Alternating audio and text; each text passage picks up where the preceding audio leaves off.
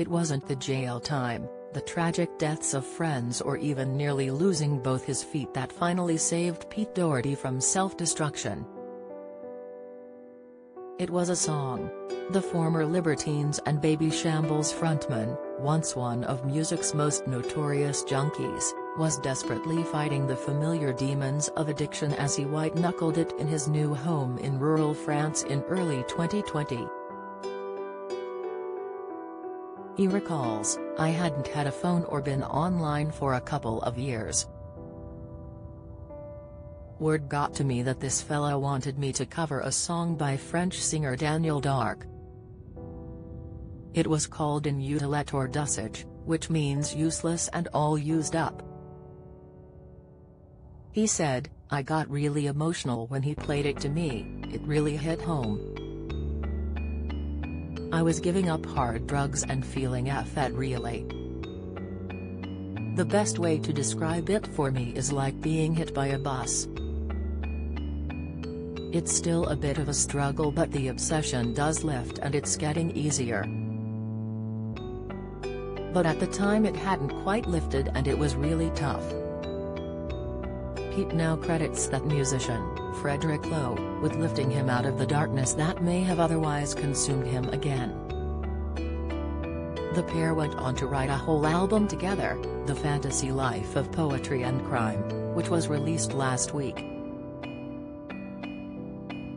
And the singer, who was rarely out of the headlines for his debauched lifestyle, admits he's amazed that he's even alive, let alone still clean after more than 2 years.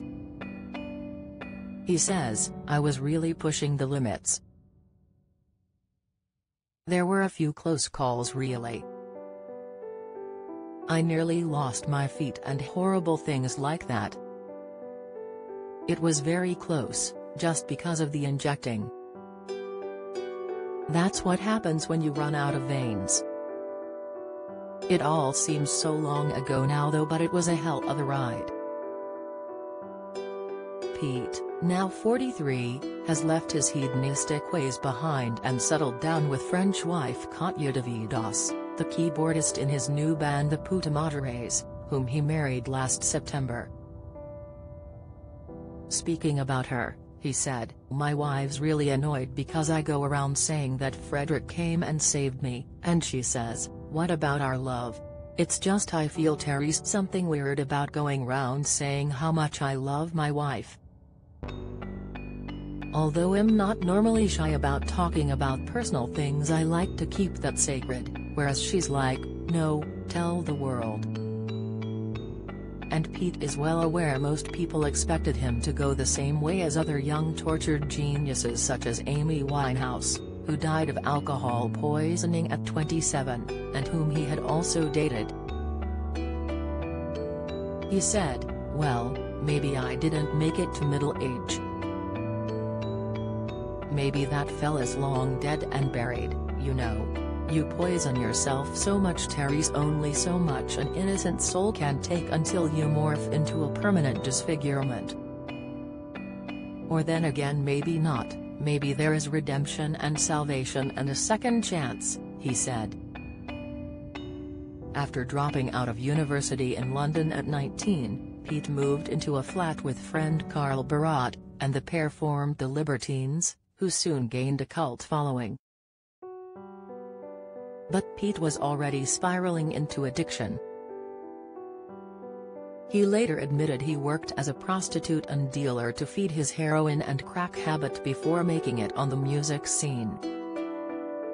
He reached the height of his fame and notoriety in the 2000s, when he dated supermodel Kate Moss and was repeatedly arrested for drug offenses. The pasty-faced rocker famously painted a portrait of the couple in his blood, and was once thrown out of a luxury rehab clinic after claims he was a bad influence on other patients. And in 2006 actor Mark Blanco fell to his death from the balcony of a flat where Pete and his friends were partying, and in 2015 one of his closest friends, former Libertines bandmate Alan Vass, died of a heroin overdose. As recently as November 2019, Pete was fined £8,500 and given a 3-month suspended jail sentence for violence while intoxicated after being arrested twice in Paris for buying cocaine, then getting into an argument with 2 passers-by. It was around that time that Pete says he decided to quit drugs. He says, "It was tough. There was no epiphany moment.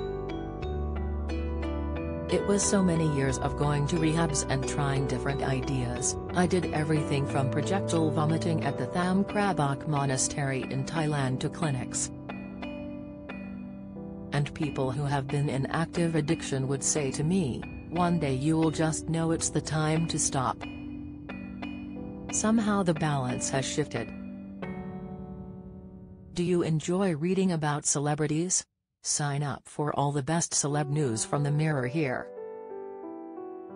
Pete said he found his new home in Étretat, Normandy, in typical rock and roll style. He says, he'd been quite itinerant for many years, in and out of rehabs, and living in buses, tents and camper vans. "I fell in love with Katya and we traveled around France, Spain, the Pyrenees, pitching up by a river or beach. One day the camper van broke down in this village, then the first lockdown kicked in, so that's where we stayed. It happened to be close to where Katya's grandmother lives, so we didn't starve." Last year pictures emerged of the once troubled star looking very different as he walked his 2 huskies in the countryside near his new home. "It's a quiet, simple existence," Pete admits. "I get up before sunrise and take the dogs for a walk. They're a bit rough and ready, so it's better to take them when no other dogs are around. Then I go back to bed at 6 or 7. Then get up again, walk into the village and buy the local paper, which I pretend to read.